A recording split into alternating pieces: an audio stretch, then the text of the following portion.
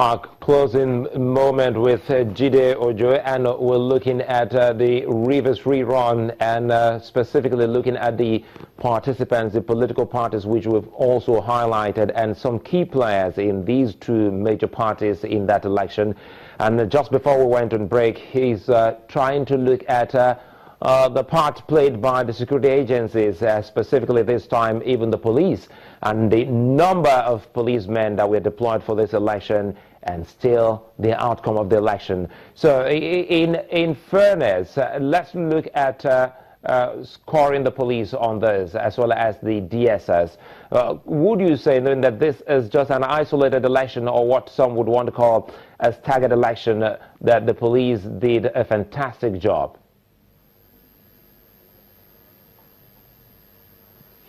I really wouldn't want to be dragged into scoring the police, because I just felt pained that we are losing lives because of election.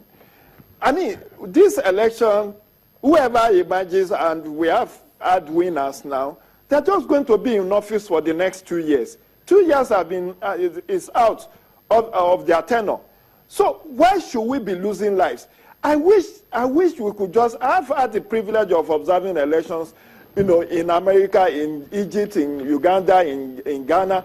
And I can't recall any of those elections having that kind of casualty figure we are having in just one state. Over 100 lives lost. For what reasons? And yet you have such huge deployment. If you have such huge deployment and there are pre-election mapping, hotspot mapping of pre-election day, there shouldn't have been one single lives lost.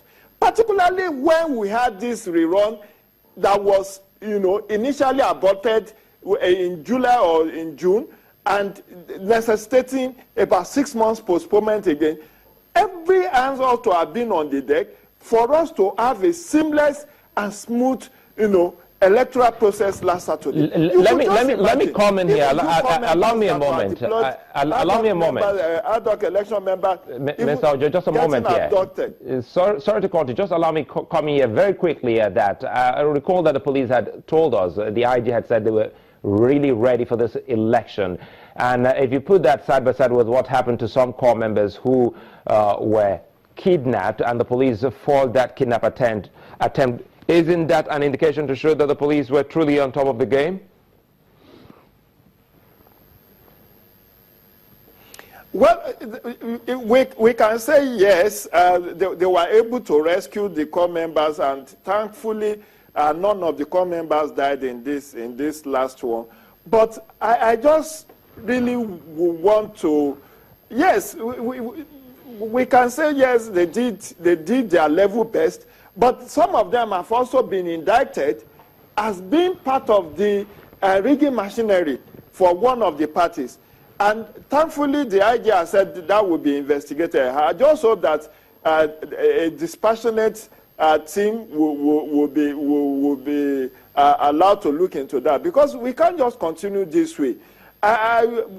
We thank God that the election was not inconclusive this time around. But one thing I need to flag is this: for how long are we going to continue to lose lives in elections? Remember in 2011, there was a Sheikh Ahmed Lemu presidential committee to look into the electoral violence, post-election violence of 2011. And that committee came up with very robust, very far-reaching suggestions and recommendations. But how much of that was implemented? We have our 2014 National Conference report that also talked about how we could deal with issue of electoral violence. What has happened to that report? Way back in 2008, we had the Justice Uwais, Mohammed Lawal Uwais Committee that also recommended the Electoral Offences Commission to deal with issue of electoral violence and electoral sharp practices. But what has become of that? And that's why this impunity continues. Because, long story short, the DSP that was murdered, the other people that were killed, who gets to pay their families a compensation?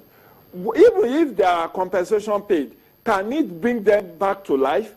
Why should we not do something far-reaching to make sure that whoever the masterminds of this whole electoral violence are brought to justice, that they have their days in court and that they dealt with appropriately, so that it could serve as a deterrent to anyone, because 2019 is around the corner. And not even, we are talking of 2019, which is more like 3 years away. What about Anambra 2017? We are still going to have Ekiti 2018. We are still going to have Osun 2018 before the 2019. So if nothing drastic is done to bring the culprits who sponsored this violence in Rivers to justice, we will continue to have our election being marred by violence. And for whatever reasons, I know that it's a Machiavellian principle that we are deploying into our own electoral process in Nigeria, which is that the end justifies the means. But until when we are able to successfully checkmate these masterminds and arrowheads who sponsors violence at every election. Look at what happened in Bayelsa in December last year. Look at what happened in Kogi in November last year. Look at the INEC office that was burned down, lives that were lost in Bayelsa, even to the extent that the younger sister of Bayelsa governor was kidnapped, all because of election. For how long are we going to be tolerating all of these impunities? So for me, the most important thing is for us to get the masterminds and the ROS who sponsors this violence and deal with them decisively, so that they can that will serve as a deterrent. And the politicians are the culprits here, because they want to get undue advantage over one another. They do all of this believing that it's going to be business as usual. And until that warning signal is fired, and the only way it can be fired is for the president to use his good office to set up a very powerful commission of inquiry to make sure that whoever is behind this sponsorship of violence in Rivers and other previous elections that were fired are brought to justice. And if he doesn't want to toe that line, let him dust up the Sheikh Ahmed Lemu's report of 2011. And I think aspect of that Sheikh Ahmed Lemu's report could be implemented in 2016.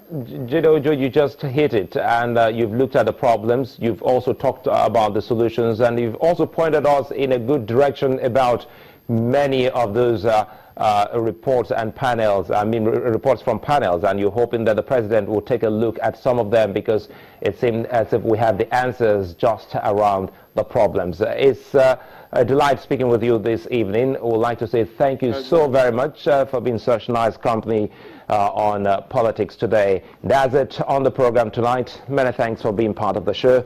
I'm Sulaiman. Bye for now.